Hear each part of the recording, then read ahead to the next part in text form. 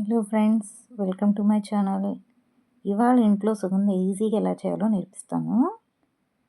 First ముందు రోజు రాత్రి 100 గ్రామ్స్ సుగంధ వేళ్ళని 1 లీటర్ వాటర్లో బాగా సోక్ చేసుకోండి.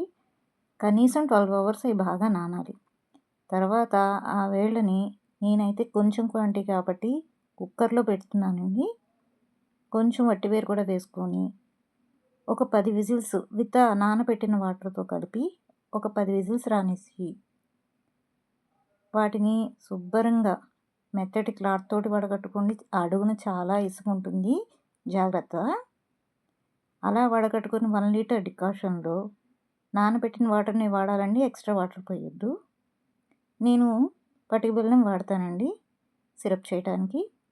1 కేజీ పటిక బెల్లం దాంట్లో వేసి వేడిగా ఉండంగానే దాన్ని మళ్ళీ పొయ్యి మీద పెట్టి 30 గంట నుంచి అంతే, ఒక 30 గంట మరగనిస్తానండి. మంచి థిక్ సిరప్ వస్తుంది. మెత్తటి క్లాత్లో వడగొట్టుకోవాలండి. పంచదారలోనూ డస్ట్ ఉంటుంది అండ్ వేర్లలో కూడా ఉంటుంది. మళ్ళీ మీరు బాటిల్లో పోసుకునేటప్పుడు ఇదిగోండి ఇంత ఫైన్ ఫిల్టర్ని యూజ్ చేసి బాటిల్లోకి ట్రాన్స్ఫర్ చేసుకోండి. చూసారా ఎంత చిక్కగా ఉంటుందో. ఇది ఒక చిన్న టీ గ్లాసు మనకి 250 ml వాటర్లో కలుపుకోవచ్చండి. కొంచెం నిమ్మరసం యాడ్ చేసుకొని. సమ్మర్లో ఒంటికి చాలా చలవ చేస్తుంది, బాడీ డీహైడ్రేషన్ అవ్వకుండా చూస్తుంది.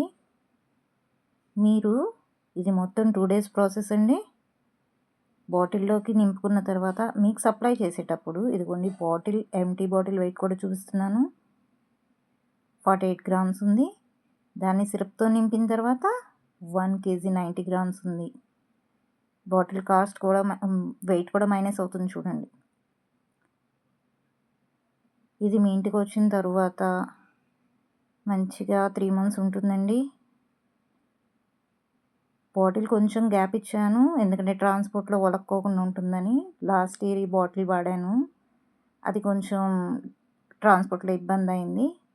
సో స్ట్రాంగ్గా ఉంటుంది అని కొంచెం లెంత్ ఎక్కువ ఉన్న బాటిల్ తీసుకున్నాను.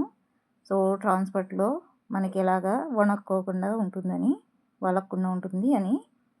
ఆర్డర్ కావాలంటే ఇదిగోండి ఈ నెంబర్కి కాంటాక్ట్ చేయండి. Thank you.